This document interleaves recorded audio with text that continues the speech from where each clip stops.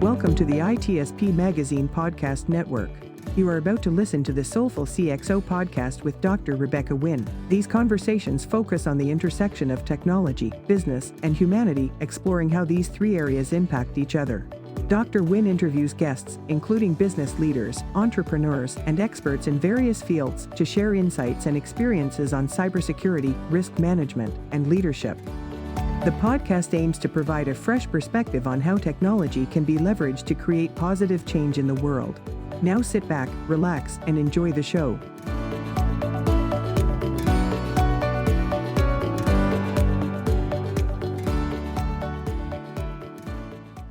Welcome to the Soulful CXO. I'm your host, Dr. Rebecca Wynn. We are pleased to have with us today Petri Kuivala. Petri is acclaimed Chief Information Security Officer and Board Director Advisor. He has considerable experience in mergers and acquisitions, having worked with companies such as Microsoft, Qualcomm, and Siemens.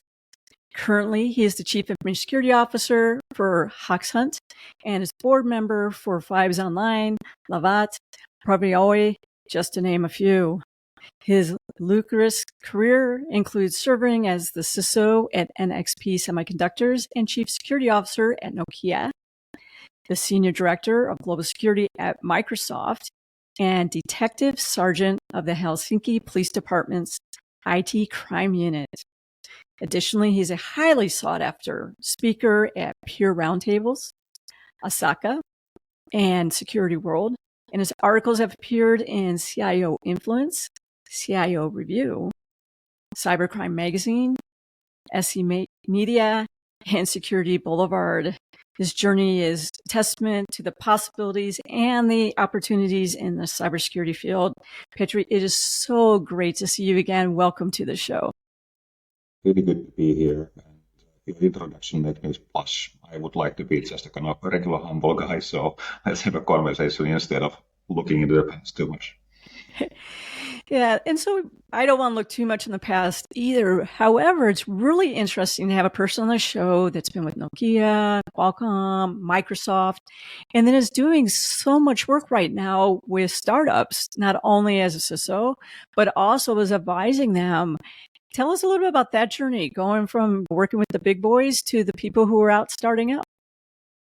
Yeah, thanks for asking that. That, as usually, has been a kind of sum of lucky coincidence. Somewhere at the end of my Nokia career, in the beginning of the Microsoft stuff or so, the Hunt CEO, Mika, contacted me. He contacted me because I was handshaking Kevin Mitnick in the live TV at the end of evening news here in Helsinki. I was handshaking Kevin because he once preached Nokia, and he wanted to have a kind of forgiveness, and me as a CSO at the time being just shake hands, which led me of having sushi with Mika, and Mika was actually telling something about his ideas, and then over the sushi we brainstormed a bit more, and that was my entry into the startup world. Since then, I've been kind of making myself familiar with some of the private equity companies and so on, who have been using me as a DD expert for different cybersecurity startup companies. And obviously, over there, when the opportunities have been raising, I've been joining them as a funder or as a kind of a pro bono guy. I'm even currently working with 6-7 startups, helping them partially pro bono, partially as a owner. What challenges do you find working with startups? I know that when I work with startups, a lot of times they want to be secure. However, they also are trying to make a viable product as well too. So sometimes I notice that I can't get all the security in that I like to get in. So how do you deal with that?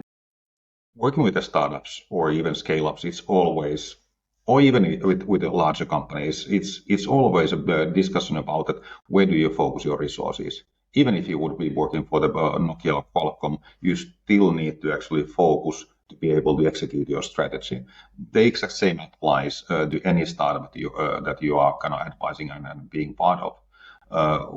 When you are referring to the cybersecurity implementation of the startups, if you are working in the cybersecurity field as a startup, I don't think that you can make compromise at all. you really need to invest in of making your solution secure from the beginning, because that's a kind of matter of existence for them.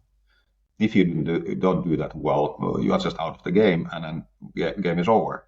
On the other hand, if you're working for another type of startup, of course, then it's a question that how much security do you need, which I think it's a balance of your kind of customer portfolio and sensitivity of your product and the content inside.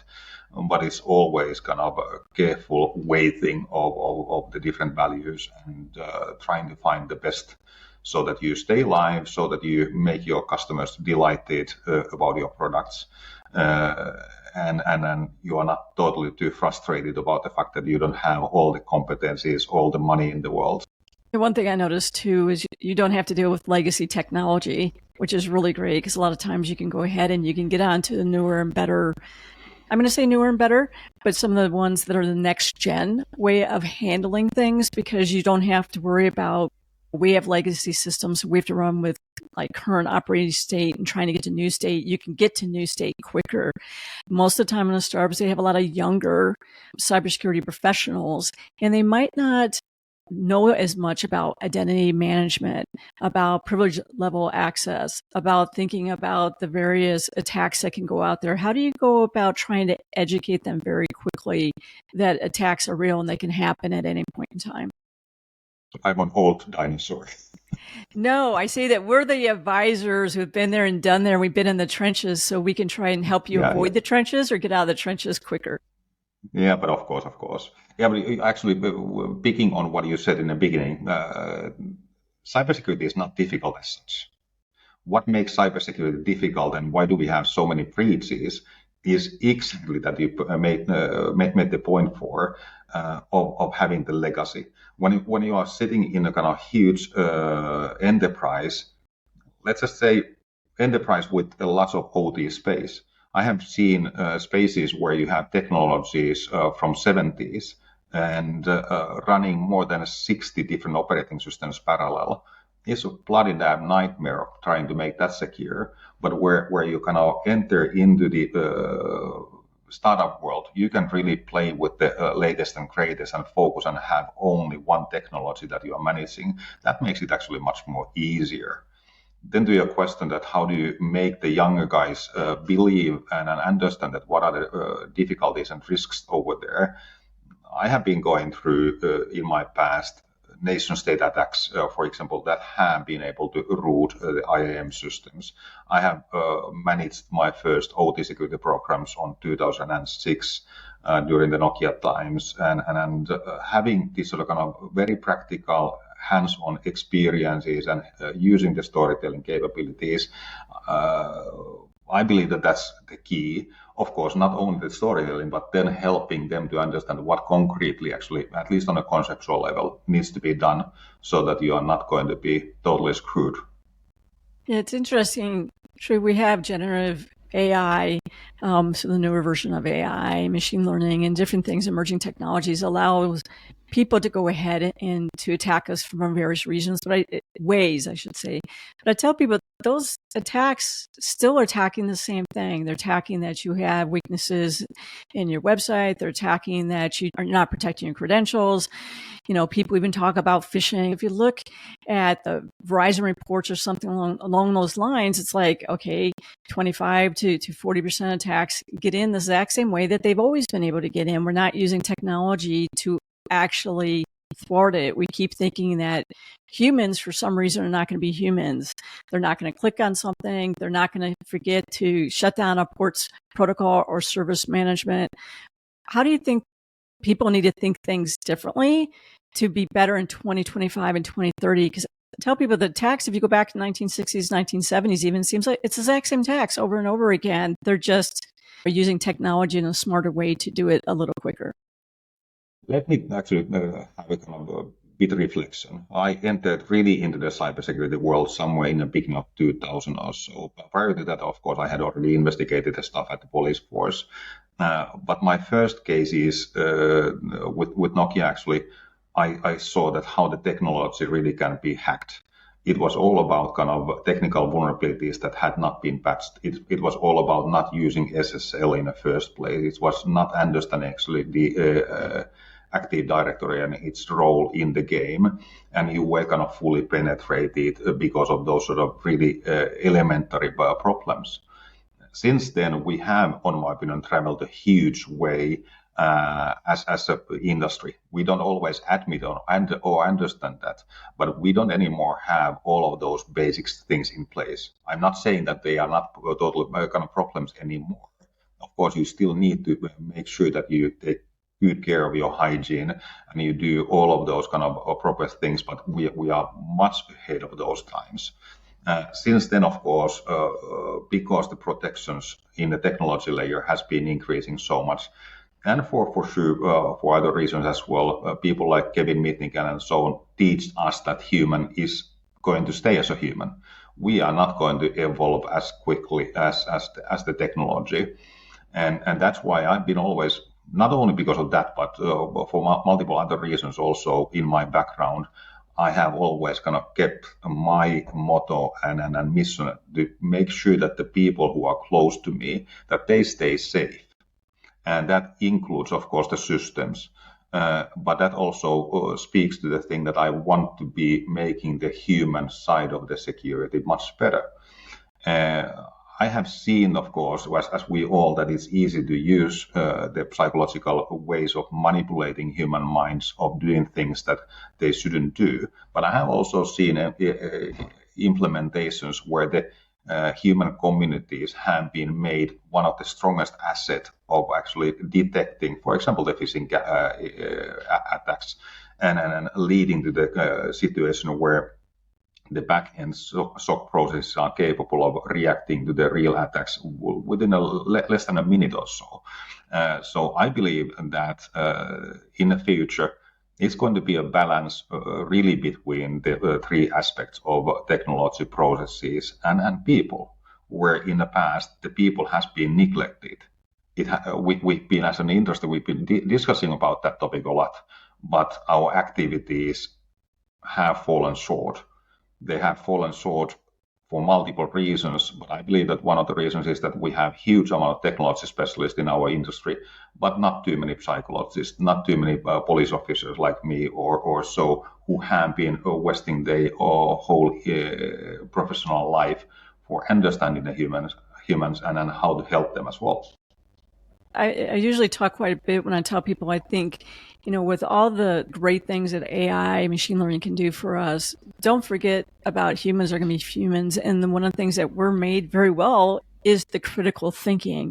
Where computer systems right now, I know people can talk about the breakouts, but they're not made to think like us. They have to be taught how we think. And so the one thing that I see is that lacks quite a bit is people forgetting about the critical thinking skills that needs to be going on here. Is that what you see too? That's where I really see that we can really make headway, given that some of these, I'll call them lower lying tasks, can be done with some of these new AI generative things that are emerging technology. Take that out so we can be using our brains a bit more, or say a lot more. Yeah, that's a good question as well. So I agree with you. It's all about us using our brains for what they are made for, being creative, understanding actually out of the box. AI will release our brain capacity for doing that if we let it to do so.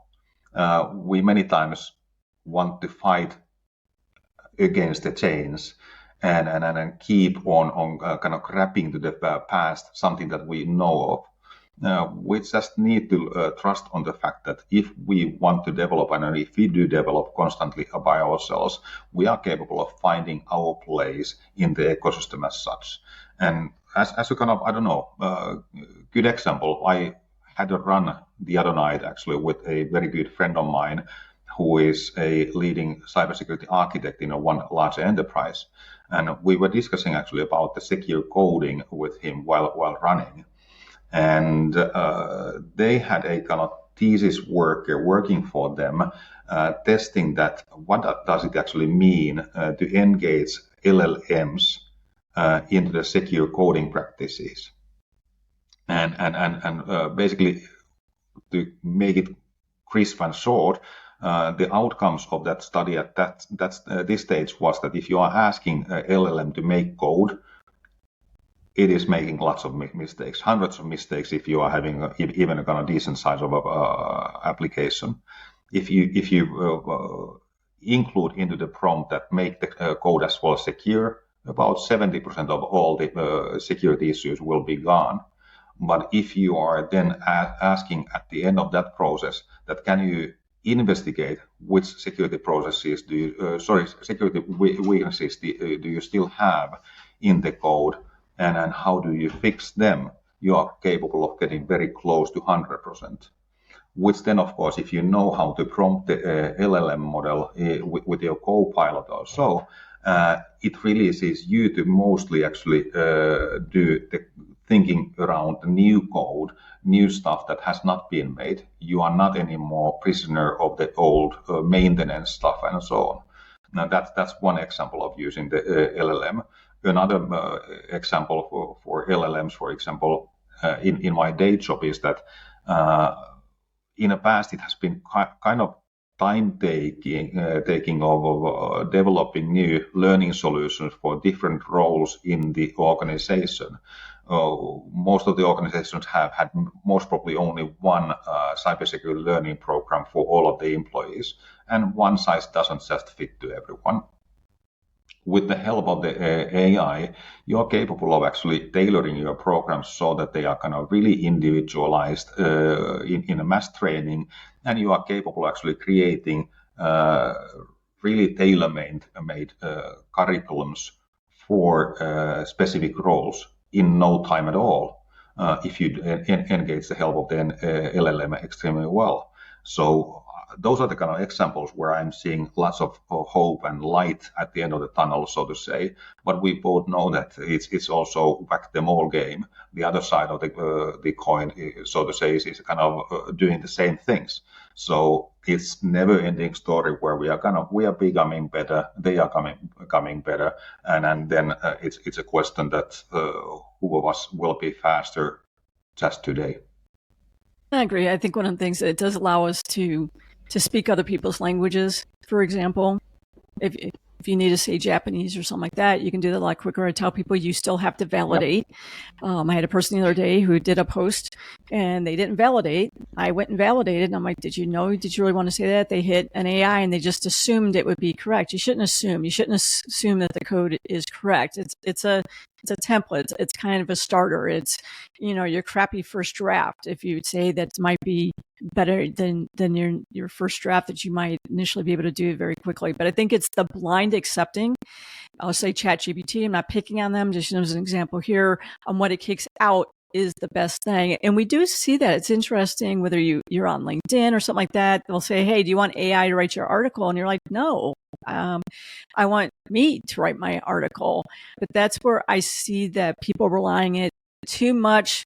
It's almost like it's out there, so let's try it all over the place. And I think that's dangerous as an organization. It's very hard for us as CISOs to be able to watch every data stream that's either coming into the organization, and that could be intellectual property, that could be code, that could be images, it could be things along that, it could be songs, loss is going to happen, as well as 15 to 18% of your intellectual property or sensitive data is being streamed out and is going into a lot of these models. There's so many different places out there that data is getting out. Does that keep you up at night as a CISO? It does me, because I'm always in about being the greater good. But you have to sit and think, is this greater good actually maybe having something else behind the scenes in not nefarious, but another way it's using the data that maybe you didn't intend? My daughter is 19 and my son is 21. It's not too long ago when they were learning walking. Was it looking scary? Did they hit their heads? Bloody hell, of course. I think that the role of CISO and CTOs and so on, they need to be the mothers and fathers of the workforce. There is different ways of course, doing your kind of parenting. You can be the parent who says no, no, no, no, no, and no for everything, which I don't believe actually at all.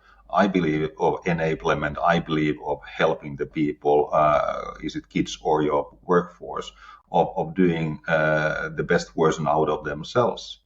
And that entails of making mistakes every now and then. You shouldn't, of course, make cardinal mistakes, and that's what can keep CISOs up at night, which, on my opinion, originates from something much more fundamental. Being a CISO of, for example, a 33,000 employee company like I was with NXP, can feel daunting in the beginning because you don't understand all the different contexts of the company. You don't know how is the customer success managers working in China or Indonesia or whatever it is the country, or whatever is the function.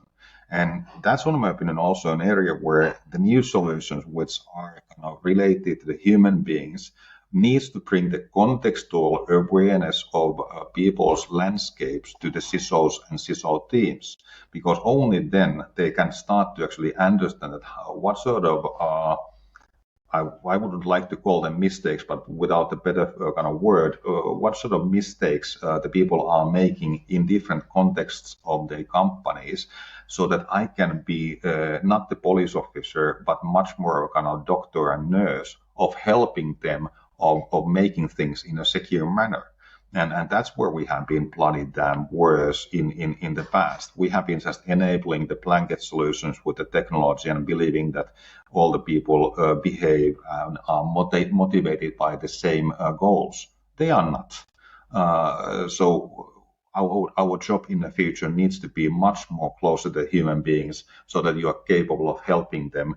Is it with the AI? Is it about any other new thing that they need to learn? Because if they don't learn, they will be the dinosaurs, and someone else will be faster and will be kind of, because of the market laws, they will be kind of bypassed. They will be the history.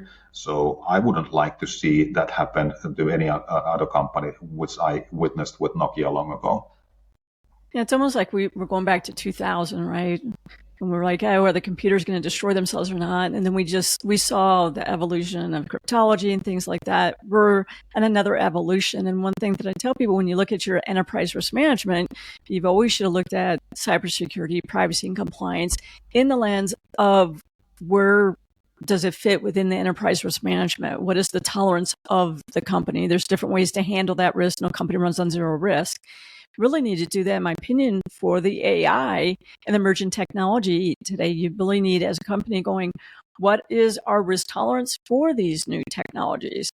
And to your point, is if our risk tolerance is going to be zero, better be coming up with a plan B, C, and D. How are you still going to stay in business? And I talk to CISOs that I mentor as well over and over again. They're not being part of that discussion. I'm like, you need to understand where the business is going and driving so you can do your job well, because our job is not to make sure the company has zero risk. And I think that's a misconception on a company spot if they think that we can guarantee them to be zero risk because they don't run on zero risk. How do you manage that in your day to day? But how do you manage that? Because I know that you mentor a lot of CISOs. I think that you are kind of spotting a kind of really interesting piece. We are a bit lost. On my opinion, you need to actually have extremely good relationship with the whole of your C-level.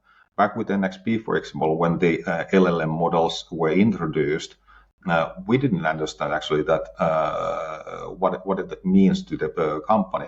So I had few one-on-ones with the CTO of the company, and we discussed about this topic, and we made a decision that we block the usage of the ChatGPTs of this world, at least for a while, before we understand it. And only when we understand it, we can start to open the gates again. So that was the decision in a company where security is really rooted into the DNA of the company itself. You may have different type of decisions in a different type of company, but it all comes to the question that do you have good enough relationship with your C-level so that you actually can walk to the room, can have the conversation with them and then elaborate together that what are the risks, what are the upsides, what are the possible downsides, and then you make your decisions. If you try to make them in a vacuum, I don't know what you are going to be, vacuum cleaner or something. Yeah, hopefully not vacuum cleaner. Right now, we are in a time where CISOs are changing jobs very quickly. Either, they're part of the layoff pool for some reason. They think the CTO can do our position or maybe the CIO position, or they're not allowing us to really have a chance to learn about the company. They really want tactical results from day one versus for you to really look and see what the company's doing, think about the strategy to put the tactical in. And so it's a results oriented right now. And so you're having CISOs really get burned out, or they go ahead and I just can't help this company, and you spin out. What do you think is going to be the solution for us? Because it seems like we're in a cusp where something's going to change. Whether our titles are going to change, whether there's going to be an external facing CISO who deals with client and legal and privacy and compliance, and then an internal facing CISO, which is more the day-to-day internal operations, SOC, NOC, and all that kind of stuff. How do you see that? Because it seems like to me that something has to change, because the way it's working right now holistically doesn't seem to work for a lot of CISOs. It's a damn difficult position, to be fully honest. I had the luxury of kind of growing into that position over 2 different decades, and that helped me to understand the internal and external side quite well. Even then, I always felt a bit short when discussing about the technology and the implementations there. That's why I wanted to always have kind of an excellent operational security lead with me. Of course, what helped me also quite a lot is that because I'm not technologist by heart, but a kind of trained police officer, I was always asking stupid questions. Not so stupid after all, but that helped me to understand actually that what is effective, what is not. That would be kind of my guidance for any CISOs who are feeling troubled at this stage, is just kind of be yourself, ask the questions that you don't know the answer for. No one considers you stupid if you ask that, how do we make money? How do we protect our revenues? How do we protect our kind of long-term competitive advantage in a specific market? That's what I did, for example, with the NXP's CTO. He educated me a lot about the automotive industry and our kind of capability of defending our innovation on a long term. I didn't have a clue all of those kind of different topics that he brought into my attention. So that's the first part. But what needs to happen to the position or for the industry? That's even a wider question. And then maybe the symptom that you described is also related to the culture of the company. I was just reading actually about the book about competing value frameworks, which is basically saying that there is 4 different type of possible company cultures out there, which are quite differing from each other's. And in some of the company cultures, it might be exactly so as you just said, that the upper management is really pushing you to deliver tactical stuff out.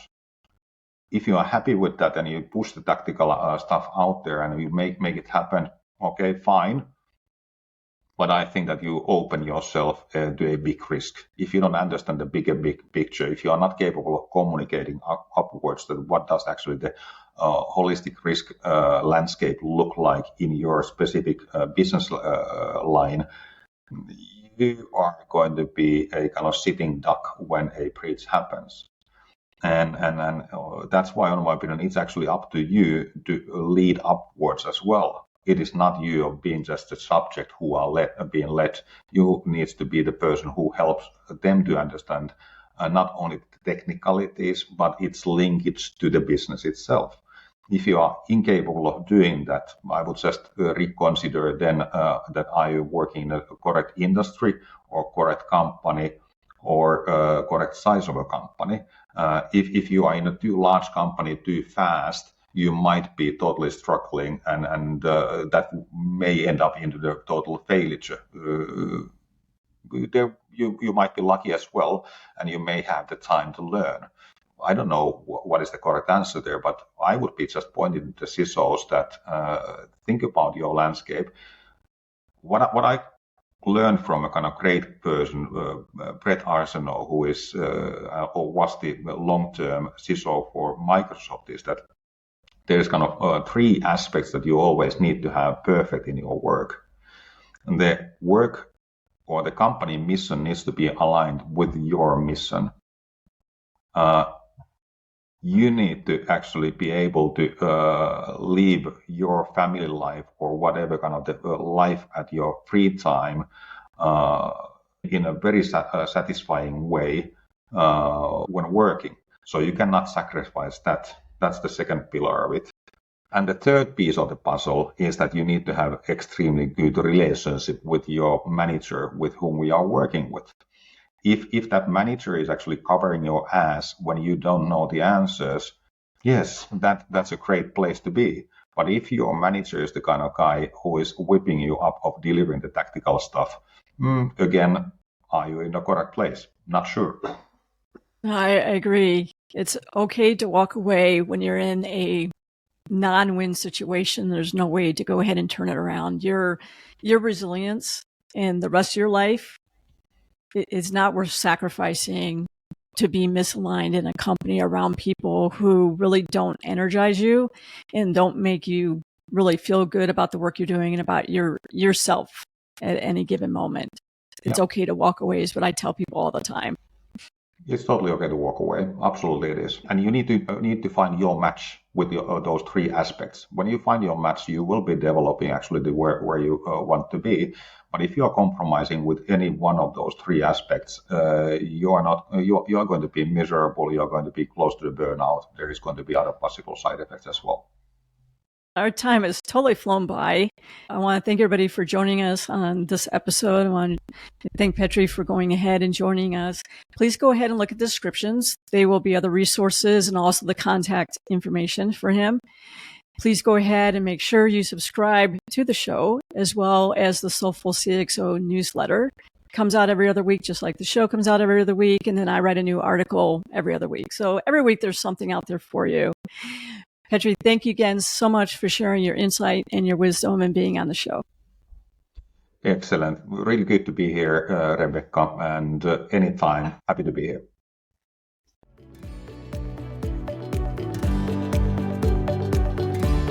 We hope you enjoyed this episode of Soulful CXO Podcast with Dr. Rebecca Wynn, part of the ITSP Magazine Podcast Network. If you learned something new and this conversation made you think, then add this show to your favorite podcast player. Subscribe to the ITSP Magazine YouTube channel and share the ITSP Magazine Podcast Network with your friends, family, and colleagues. If you represent a company and wish to connect your brand to our conversations and our audience, visit itspmagazine.com to learn how to sponsor one or more of our shows. We hope you will come back for more stories and follow us on our journey.